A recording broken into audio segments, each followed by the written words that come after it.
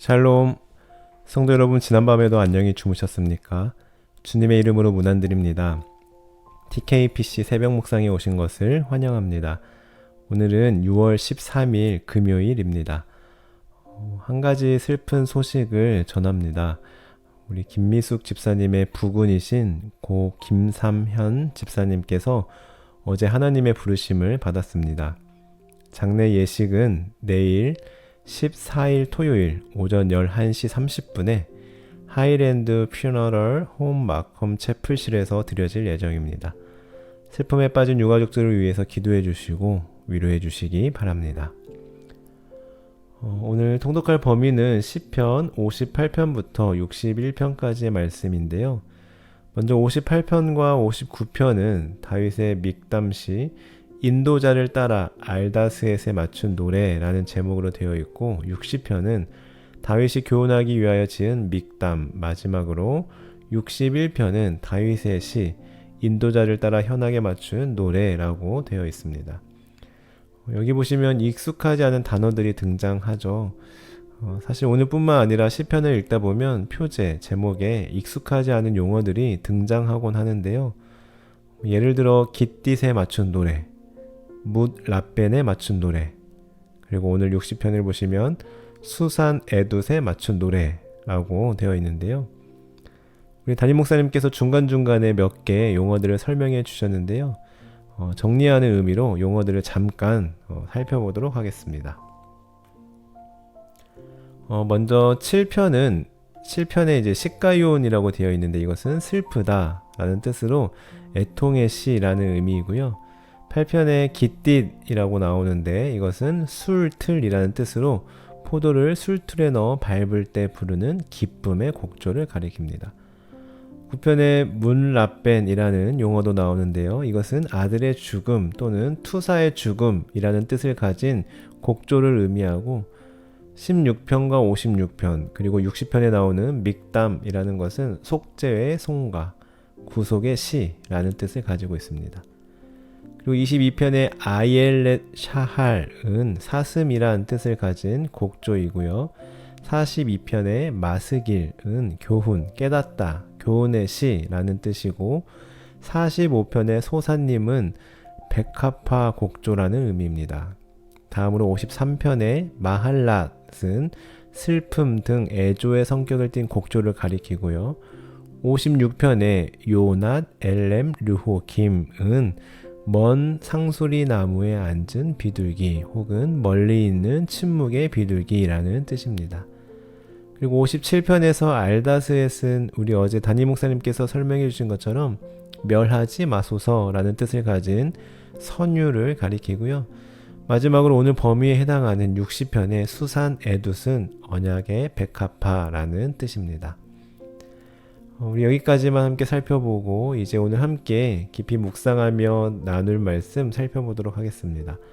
오늘 함께 나눌 말씀은 시편 60편 1절에서 12절까지 말씀입니다. 제가 읽어드리겠습니다. 하나님이여, 주께서 우리를 버려 흩으셨고 분노하셨사오나 지금은 우리를 회복시키소서. 주께서 땅을 진동시키사 갈라지게 하셨사오니 그 틈을 기우소서. 땅이 흔들림이니이다. 주께서 주의 백성에게 어려움을 보이시고 비틀거리게 하는 포도주를 우리에게 마시게 하셨나이다. 주를 경외하는 자에게 깃발을 주시고 진리를 위하여 달게 하셨나이다. 셀라. 주께서 사랑하시는 자를 건지시기 위하여 주의 오른손으로 구원하시고 응답하소서. 하나님이 그의 거룩하심으로 말씀하시되 내가 뛰놀리라. 내가 세겜을 나누며 숫곳 골짜기를 측량하리라. 길르앗이 내 것이요 므낫세도 내 것이며 에브라임은 내 머리의 투구요 유다는 나의 규이며 모압은 나의 목욕통이라. 에돔에는 나의 신발을 던지리라. 블레셋아 나로 말미암아 외치라 하셨도다. 누가 나를 이끌어 경관성에 들이며 누가 나를 에돔에 인도할까? 하나님이여, 주께서 우리를 버리지 아니하셨나이까? 하나님이여, 주께서 우리 군대와 함께 나아가지 아니하시나이다. 우리를 도와 대적을 치게 하소서. 사람의 구원은 헛됨이니이다. 우리가 하나님을 의지하고 용감하게 행하리니 그는 우리의 대적을 밟으실 이심이로다. 아멘. 방금 함께 읽고 들으신 시편 60편은 표제에서 언급하고 있듯이 다윗의 군대와 아람과 에돔 연합군과의 전쟁을 배경으로 하고 있습니다. 그런데 표제와 사무엘하 8장에서 우리가 이미 살펴보아서 아시겠지만 결과적으로는 이 전쟁에서 요압이 이끄는 다윗 군대가 크게 승리했습니다. 그런데 그럼에도 불구하고 오늘 말씀을 보면 다윗은 에돔에게 당한 패배와 그로 인한 곤고함을 토로하고 있는데요. 1절을 보시면 이렇게 말씀하고 있죠. 하나님이여 주께서 우리를 버려 흩으셨고 분노하셨사오나 지금은 우리를 회복시키소서. 3절에서도 주께서 주의 백성에게 어려움을 보이시고 비틀거리게 하는 포도주를 우리에게 마시게 하셨나이다 라고 고백하고 있습니다. 과연 이게 어떻게 된 일일까요? 우리는 분명히 전쟁에서 승리했다는 결과를 알고 있는데 여기서 다윗은 왜 마치 전쟁에서 진 것처럼 말하고 있는 것일까요? 이것은 전쟁 초기에 일시적으로 다윗 군대가 아람과 에돔의 연합군에게 밀린 적이 있었는데 아마 그때 일시적인 상황에서 지은 시가 아닐까 하고 추측되는데요. 그래서 전체적으로 보면 오늘 시편 60편은 하나님께 이스라엘의 국가적 위기 상황을 호소하고 간절히 간구하는 내용을 담고 있는 민족 애가이며 승전 기원시라고 할 수 있습니다. 참고로 민족 애가는 그 내용의 전개 구조상 탄식, 간구, 찬양의 형식으로 개인 비탄시와 유사한데요. 다만 구원의 대상으로 개인이 아닌 이스라엘 민족 전체가 언급되고 있는 점에서만 다르다고 할 수 있겠습니다. 그리고 내용상의 특징으로 볼 때 이 시편 60편은 민족 애가 중에서 44편과 가장 유사한 특징을 가지고 있다고 할 수 있는데요. 그 내용을 자세히 함께 살펴보도록 하겠습니다. 먼저 시편 60편은 4절의 셀라를 중심으로 크게 두 부분으로 나뉘어지는데요. 먼저 1절부터 4절까지는 주를 경외하는 자에게 구원과 승리를 베푸시는 하나님의 사랑의 성품에 근거하여 패배로 인해 고통받고 있는 주의 백성을 구원해달라고 호소하고 있는 내용을 담고 있습니다. 그리고 5절부터 12절까지는 지난날 가나안 땅을 기업으로 주겠다고 하신 약속에 의거하여 구원과 승리를 호소하고 있는 내용이 담겨져 있습니다. 한마디로 다윗은 완전히 패배할지도 모르는 상황에서 좌절하고 낙담해 있는 이스라엘 군사들에게 전쟁의 승패는 오직 여호와 하나님께 달려 있으므로 그분에 대한 신앙의 회복이 곧 승리의 관건임을 알려주고 선포함으로써 이스라엘 군인들의 사기를 북돋아주고 있는 것입니다. 그리고 그 결과 이스라엘 군대는 아람과 에돔 연합군과의 전쟁에서 크게 승리할 수 있었습니다. 그렇습니다. 이처럼 우리가 영적 전쟁에서 승리할 수 있는 비결은 오직 우리의 신앙을 회복하는 것입니다. 영적 전쟁에서 승리하기 위해서는 하나님만 의지하며 하나님께만 매달려야 합니다. 그렇다면 우리는 어떻게 신앙을 회복하고 하나님을 의지할 수 있을까요?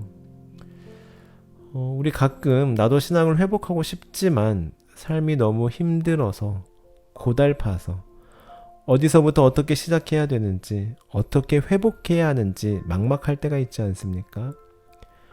그래서 말씀을 보고 듣고 싶어도 잘 안 익혀지고 찬양도 잘 안 들리고 기도도 안 되고 이럴 때가 우리는 가끔 있는데요. 이럴 때 우리는 어떻게 해야 할까요?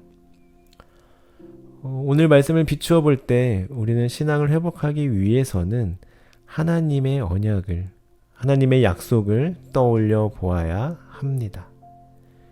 6절의 말씀을 보시면 이렇게 말씀하고 있습니다.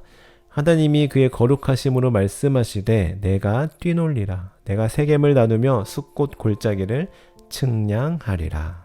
아멘. 여기서 하나님이 그의 거룩하심으로 말씀하시되 라는 부분을 직역하면 그의 거룩하심 가운데서 말씀하셨다가 됩니다. 즉, 이 말씀은 하나님께서 하나님의 약속이 당신의 거룩하심을 두고 맹세한 것이기 때문에 결코 변개되지 않으며 반드시 이루어질 것임을 나타내주고 있는 것이죠.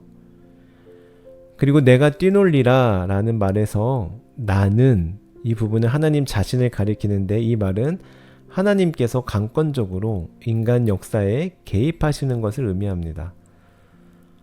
또한 내가 세겜을 나누며 라는 것은 하나님께서 이스라엘 백성들에게 약속하신 가나안 정복과 땅 분배에 관한 약속이 실제로 성취되었음을 가리킵니다. 정리하면 하나님께서 가나안 온 땅을 이스라엘 백성들에게 기업으로 주시겠다고 하신 약속의 말씀과 달리 현재 이스라엘이 에돔 족속에게 패배하여 약속의 땅 일부라도 잃게 되는 일이 없도록 해달라고 간구하고 있는 것입니다.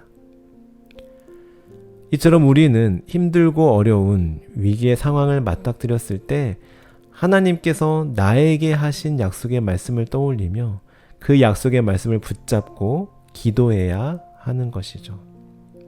하나님, 구하라, 그러면 주실 것이요. 찾으라, 그리하면 찾아낼 것이요. 두드리라, 그러면 열릴 것이라 라고 약속하지 않으셨습니까? 이 약속의 말씀 믿고 의지하며 이 시간 간절히 구하고 찾고 두드리오니 주님, 지금 이 상황을 회복시켜 주옵소서. 하나님, 수고하고 무거운 짐진 자들아 다 내게로 오라. 내가 너희를 쉬게 하리라. 나는 마음이 온유하고 겸손하니 나의 멍에를 메고 내게 배우라. 그리하면 너희 마음이 쉼을 얻으리니 이는 내 멍에는 쉽고 내 짐은 가벼움이라고 말씀하시지 않으셨습니까? 이 시간 그 약속의 말씀 의지하여 주님께 나아가오니 나의 무거운 짐과 멍에를 내려 주옵소서. 참 쉼과 참 평안을 허락하여 주옵소서 하고 나에게 주신 약속의 말씀을 붙잡고 의지하여 기도해야 하는 것입니다. 아마 여러분 각자에게 주신 하나님의 약속의 말씀이 있을 것입니다. 오늘 이 시간 한번 생각해 보십시오. 내가 힘들 때 주셨던 말씀, 예전에 내가 붙잡고 기도했던 말씀, 아마 다들 있으실 겁니다. 지금 당장 갑자기 생각나지 않더라도 기도하다 보면 그 약속의 말씀이 생각나실 것입니다. 그동안 너무 바쁘고 분주해서 놓치고 살았던 하나님께서 나에게 주셨던 약속의 말씀을 다시 떠올려 보시기 바랍니다. 그래서 저는 오늘 이 말씀을 묵상하는 가운데 나에게 주신 하나님의 말씀을 떠올려보는, 생각해보는 이 시간, 오늘 하루가 되었으면 좋겠습니다. 그래서 다시 그 말씀 붙잡고 기도하는 가운데 회복을 경험하는 복된 한 날 되시길 주님의 이름으로 축원합니다. 기도하시겠습니다. 하나님, 오늘 말씀을 묵상하며 우리들에게 주셨던 하나님의 약속의 말씀을 떠올려 봅니다. 너무 힘들어서, 너무 지쳐서, 또 너무 분주하고 바빠서 그동안 잊고 살았던 우리들에게 주신 하나님의 약속, 이 시간 생각나게 하시고 떠오르게 하시고, 그래서 다시 그 약속의 말씀 붙잡고 기도하는 가운데 회복을 경험하는 복된 한 날 되게 하옵소서. 감사드리며 예수님의 이름으로 기도드립니다. 아멘. 네, 오늘도 찬양 소개해 드릴 텐데요. 오늘은 총 3곡입니다. 시편의 말씀을 그대로 직역해서 인용하거나 통째로 인용한 찬송은 아니지만 그 말씀을 간접적으로 인용하거나 말씀과 관련된 찬양인데요. 첫 번째 찬양은 시편 59편을 부분 인용한 아무것도 두려워 말라라는 찬양입니다. 특별히 우리 김윤진 가사님이 부르신 이 버전이 가장 유명하죠. 이 버전으로 함께 들으시고, 두 번째 찬양은 시편 61편을 인용한 내 모습 이대로라는 찬양입니다. 이 찬양 역시 젊은 사람들 사이에서는 꽤 많이 알려진 유명한 제이어스라는 팀이 부른 찬양입니다. 그리고 마지막으로 시편 61편을 부분 인용한 주 날개 및 내가 편안히 쉬네 라는 찬양인데요. 이것은 찬송가 419장의 찬양이죠. 우리 이렇게 이 3곡 연달아 들으시고 더 자세히 듣기 원하시는 분은 유튜브 더 보기 뭐라고 되어 있는 부분을 클릭하시어 참고해 주시면 되겠습니다. 그럼 오늘도 찬양 들으시면서 하나님의 약속의 말씀 떠올리며 주님과 함께 즐겁고 행복한 하루 보내시기 바랍니다. 사랑하고 축복합니다. 아무것도 두려워 말라. 주 나의 하나님이 지켜주시네. 놀라지 마라. 겁내지 마라. 주님 나를 지켜주시네. 아무것도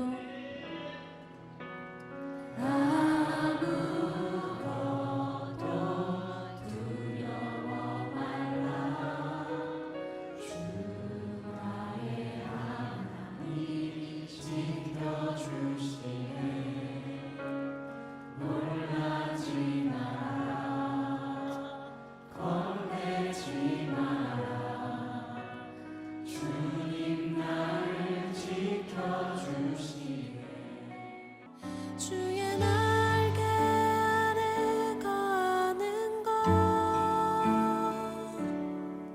주의 임재 안에 거하는 것, 나의 가장 큰 소망, 나의 가장 큰 은혜, 주와 함께 동행하느니.